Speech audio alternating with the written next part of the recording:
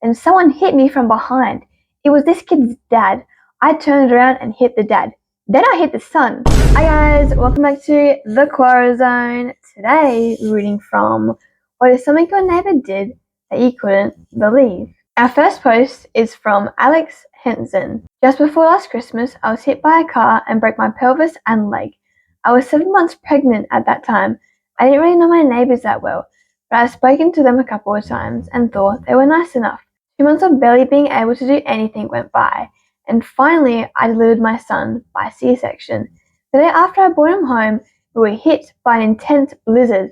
I think it dropped 1.5 feet before dark. We didn't have anywhere to go, and I was snuggled up with my lovely baby, so we didn't bother to shovel the driveway as we were cleaning up after dinner. We heard a weird crunching noise outside. They were shoveling our driveway. They didn't have a snowblower. It was freezing brass, monkeys out, and they already spent a good amount of time shoveling their own driveways. But my neighbors on both sides teamed up and shoveled us out because they wanted us to be able to get out if we needed to. They shoveled a couple times each over the course of the week. I never asked, but they did it anyway. I couldn't believe they would go out of their way to help me like that, especially since I barely knew them. We brought them cookies to say thank you. Our next post is from Dave Norris. My folks owned the house next door, and they rented it to many people over the decades. One couple was Dallas and Anna. They lived there with their 2 boys. Dallas confided in Dad that they were looking to buy a house. Dad offered to sell them the house they were living in. He offered it to them well below market value. He offered to finance it for them far below market rates. Dallas was no fool and jumped all over it.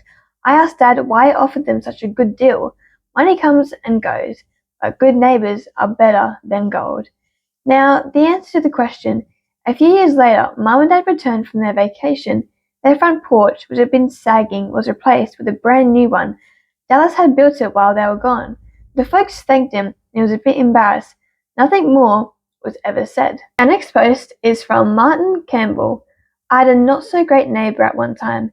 He thought he was God's gift to the world. Even though he did not believe in God, everything was about him. Out of the many things he did that surprised me, that I would not believe someone would consciously do, the one item that sticks out in my mind is when he had a house fire. Being next door, we heard his fire alarms go off. My brother and I raced over to his house, and both he and his wife were on their front lawn. They said there was a fire upstairs, and they just ran out when the alarms went off. We asked where his children were, and they told us they were upstairs sleeping. Both my brother and I ran into the house and ran up the stairs. Oh my God, Chris is still in there! Somebody save Chris!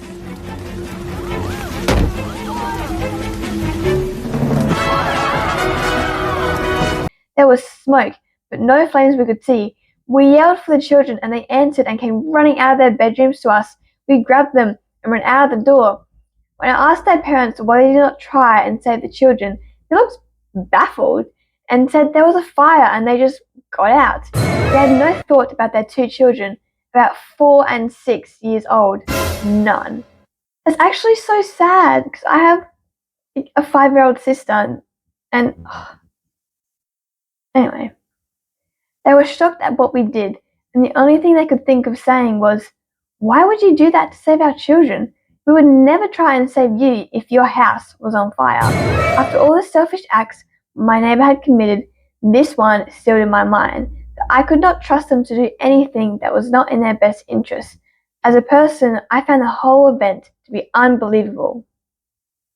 Yeah. Our next post is from Bob Wilson. I was tearing down my old house and building a new house. I got some outrageous estimates for tearing it down. I live 80 kilometers from the nearest waste transfer station that would take this kind of material, so the hauling was expensive. It was surrounded by trees that I wanted to keep, so I couldn't burn it down. I was talking to a neighbor about how much it cost to tear it down, but that looked like my only option. He talked to my other neighbors, and then on my birthday, the whole neighborhood showed up and helped tear down the house. One guy brought over a camper trailer for me to stay in during construction.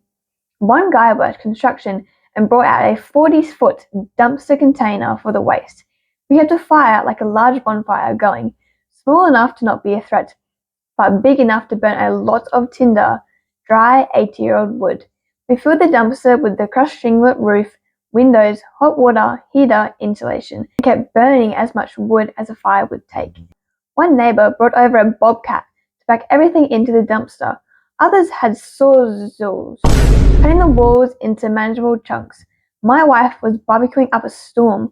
One neighbour who was disabled brought over 10 pizzas for the crew. Others hooked their winches to the walls and brought it down.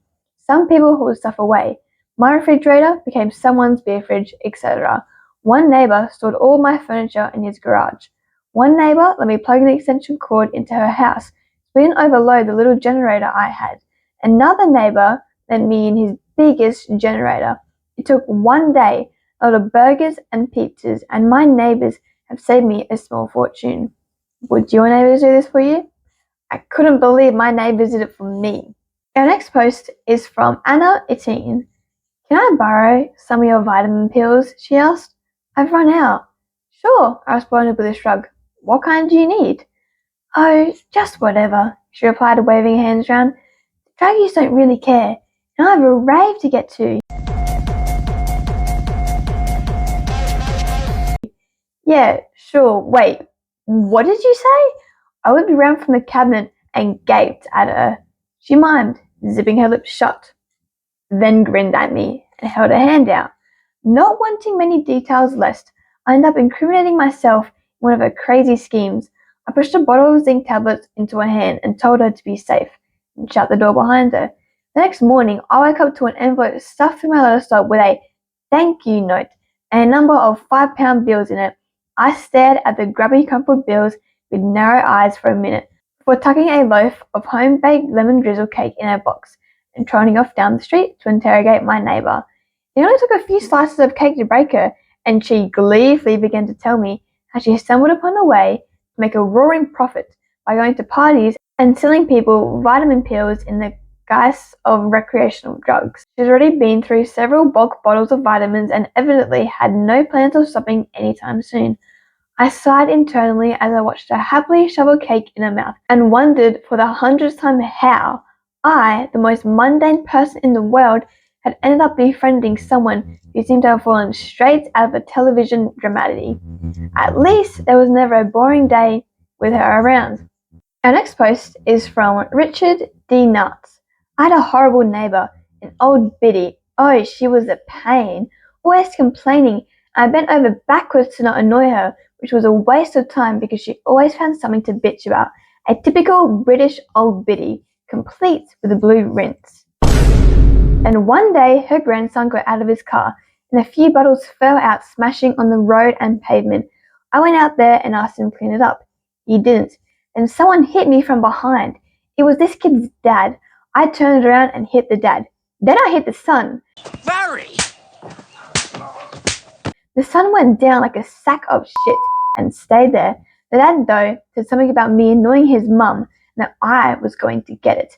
So he attacked me again. I ended up beating the crap out of him. Then his mum called the cops. We were just hanging around waiting for the cops to turn up, and this nasty bitch was gleefully telling me that I was going to be arrested because she called her cop friend. And he did turn up, arrested me straight away and threw me in a car. Then a few more cops came out, and this cop told the other cops how I attacked them for no reason. Then my opposite neighbour came out and told the cops he videoed the whole episode. I got let go. The son and father were arrested, and the woman's friend was asked to retire. She moved out 3 months later. We pretty much had a party. Little did I know, but everyone in the street hated this woman. Our next post is from Mary Cowback. Growing up, I lived in a house with a shared driveway with our neighbour. The two houses had originally been built by two brothers, so I guess sharing the driveway worked for them. Well, by the time we moved there, those brothers were long gone. We ended up with fantastic neighbours, an Italian family who were always rather loud and incredibly generous and very fun to be around. My family was rather reserved, so it was fun to become close to a family so very different from ours, and we grew quite close. Unfortunately, for whatever reason, they needed to move on. I was quite young, but I remember the day they moved out. The mum of the family came to my mother and hugged her and cried and apologised over and over again. I didn't understand then what was wrong, but boy, did we figure it out in a jiffy. They had sold their house to a real piece of work of a human. We called her Clarky. She seemed like she was 100 years old to my younger self. She chain smoked and wore shorty shorts and high heels to do yard work. She always had beautiful little garden beds, but I have way too many memories of her mowing her grass in those shorts and heels with a cigarette hanging out of the corner of her mouth. She just could not deal with this shared driveway arrangement and used to give my parents all kinds of trouble about it. She fought over every little thing, things that our old neighbor had just assumed we would do together for the driveway, like shoveling in the winter and laying down new gravel every few years. But her biggest beef was with my parents driving their cars onto her side of the driveway, navigating in and out. It was, in fact, impossible for us to back our cars out of the driveway without going on her side, as it was impossible for her to not go on our side to get in and out. Funny, before she moved in there was never any talk of our side and their side. It had always just been the driveway, which all the adults used like reasonable human beings. In order to preserve her sense of ownership on her side of the driveway, she used to set things up on the driveway. Her favorite booby trap was a big flower pot that she stacked on top of a cement block, right behind where my dad needed to put his car in order to back out. Well, as my dad might, he wasn't able to navigate out of the driveway without hitting her stupid pots. One day, he knocked it clean off the cement block, and it broke. The next day was weird.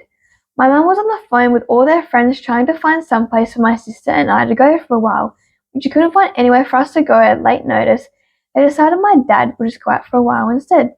It was all very confusing until a policeman showed up to our front door to serve an arrest warrant for my dad, who conveniently wasn't there. Not sure how they figured out it was coming. This crazy woman had charged him with malicious destruction of property for backing over her flipping flower pot. After that, she seemed to make a hobby out of taking my dad to small claims court out of every little thing. I have no idea how many times the poor man had to go to court to fight her ridiculous claims. Fortunately, they never did arrest him. I think the police thought the whole thing was as ridiculous as we did. Alright guys, that is all from the Quora zone today. I hope once again you guys are enjoying these videos like usual. So don't forget to like and subscribe and even comment to support me. If you guys have your own little stories about neighbours, definitely let me know on my email, which I'll put here. Yeah.